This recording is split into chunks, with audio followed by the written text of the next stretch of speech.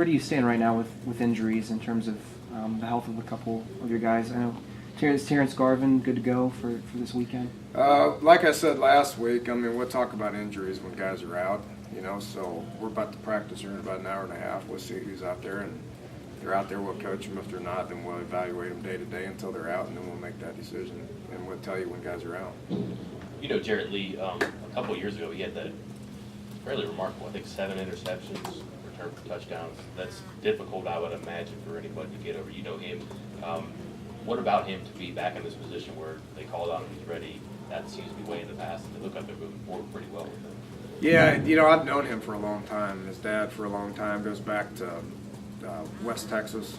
He's originally from Brownwood, which so is Graham Harrell, and so is Case Keenum, and so is the Shipleys and all those names that you've heard of from, kind of the little West Texas situation that they had going on, which Kirby Freeman was another guy. I mean, there's Jevin Sneed was another guy. The list goes on and on of that little pocket of West Texas that a lot of these coaches' kids came from. And he's the same mold as those guys, and things didn't work out for him that as well as they liked early in his career. And based on what kind of kid he is and based on his upbringing, and he hung in there, and it's good to see him get a chance, and he's taking advantage of that situation. I watched the 3 games offensively, and he's putting the ball where they want him to put the ball, so he's playing well, and he's got the luxury of having a lot of good people around him as well, so we want him to have a really bad game against us, but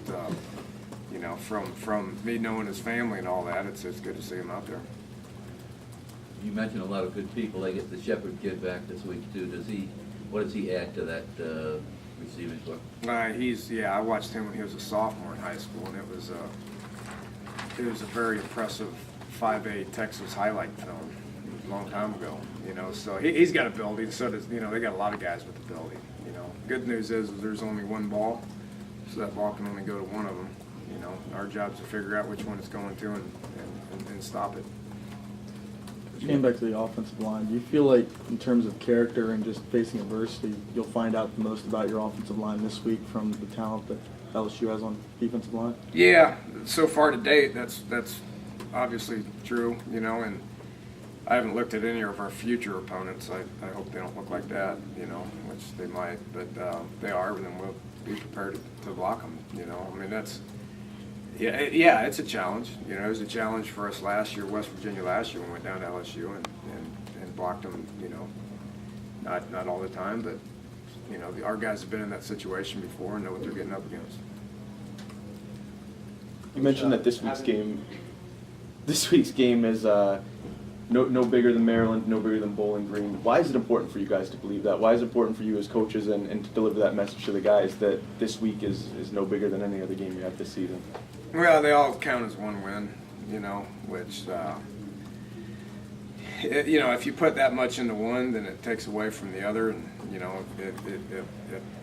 could be 4-0, and then if you lose the next one, you're 4-1, or you could lose this one, you're 3-1, win the next one, you're 4-1. The record's still the same, right? So they all count as a win, and,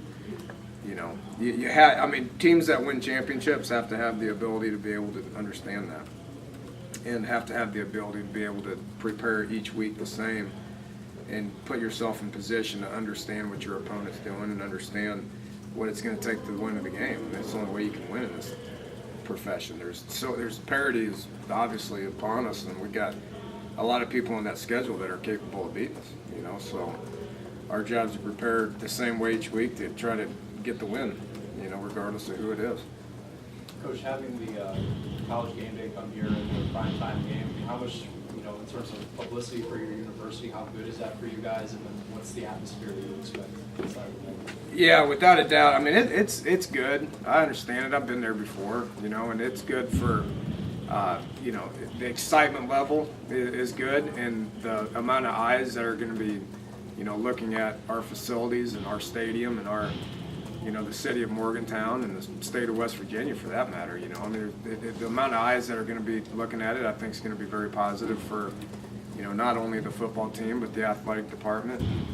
you know, city of Morgantown and all the rest of it. So it's good, and I'm fired up about it, and I'm glad it's here, and all that stuff's positive. But at the end of the day, it's about what we do to put the best product on the field that we possibly did. You know, so we can't sit in here and have a team meeting and, you know, be all giddy about it. I mean, we gotta figure out what our job is and go out and have a good day of practice and focus at what the actual job at hand is, which is, you know, get ready to play the game. You know, and we're excited that our fans get to experience it, and family and all that stuff. We're excited that they all get to experience that and have the primetime game on ABC. All that stuff's positive. Our job is to worry about the game. When you study the tape, what jumps out at you most with their defense? Is it front end, back end, the linebackers? What gets you right away from the block? Wherever the ball is, I mean, they get there real fast, and they're pretty aggressive once they get there. You know, and you know, you can study their personnel all you want to, but they're all capable of making plays. You know, so you know the way they get to the ball and the nature at which they get there is pretty impressive. I know you can't think like this, but is there a reality that in any way that this is sort of an audition for the SEC? I mean, considering the situation, or Yeah, I don't know. I don't know what that means.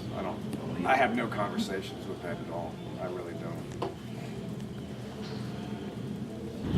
Is an 8 o'clock start, 60,000 prepared fans, is that worth anything during the game? Or is that something you just block out and hope that it helps and doesn't hurt?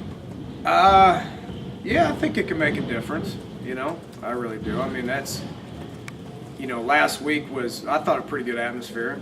You know, which, you know, before the game, I kind of looked around, you know, and then I got out on the field and I didn't look around anymore. You know, which we're trying to get our players to do the same thing. Just focus on what's happening right here. You know, but you could tell there's a bunch of people there, and the atmosphere was good. And first game against Marshall, you could see it. You know, the man trip was good. There was a lot of excitement, a lot of people. Everybody enjoyed that. And then, you know, you know, it was a sellout, and there's a lot of people there, and then obviously it ended. But you know, we're looking for that for 4 quarters, and you know, if we need to create some energy from what's happening around us, then I think that'd be possible to do. You know, and it's all about the event. You know, it'd be a good event, which would be good for everybody involved. On that, how does the atmosphere of a sellout crowd at Milan Pushkar Stadium compare to the sellout crowds at other places where you've coached? Well, we'll see. Well, Got to get one of them first, you know. Yeah, first night game, everybody's fired up about it. I've been in a lot of night games that are sold out that have 60 to 110,000 people in it, you know. So there's lots of good atmospheres out there. The only thing that we can worry about is how good we can make this atmosphere, you know. And we need, you know, everybody show up obviously and be real loud and enjoy it, but you know, it needs to be a constant too. You know, the team that's coming in, do you think they're going to be used to that? There are places like that every day, every game, regardless of who they play. That's the way it is. You know, so that's what we're striving for here. Is, you know, not to you know, put a mark on this thing as, ooh, we're here and this was great and this is a great one-time thing. Well, the mark of a good program and a competitive program is to have it like that every time you line up, which is something that I'm more worried about getting it like that than I am, you know, gonna take a deep breath and look around and go, ooh, this is great. You know, that needs to happen all the time. Let me ask an old question about your offense. The critics will say it's not really equipped to hold leads. You saw what Maryland happened with their late comeback. What would you say to those critics? It's not equipped to hold leads. I shouldn't say that, but run out the clock, that sort of thing. You look at, say, you know, what happened to Pitt, Iowa earlier last week, or even going back with the Oilers and the Bills back in '92, you know, when they shoot the high octane mill. That critics will say it's not, you know, equipped to hold, to run out the clock. What would you say to those people? Well, we successfully ran off 1 minute and 30 seconds by doing 3 victory snaps. Is that what you're talking about? Or? No, I thought I made myself. I thought the question. Well, you're talking about this quote unquote 4-minute offense stuff, which I've talked at a lot of clinics about this, and I've been an offensive coach watching opponents' offense go out there and change what they did to get the lead, and they go out there and they change their offense and try to run a couple of plays just to try to keep the clock going, and they successfully punt. And then we get the ball and we go down the field and we score and we beat them. I can't tell you how many times I've seen that. So the only thing I understand about that is you got to be good at something. You can't be good at everything. And whatever you did to get that lead, you probably got to keep doing that just to create more positive plays to keep yourself on the field. Because the bottom line is, if you're not on the field, you're punting. You give them an opportunity to win. So. Okay, thank you very much. All right.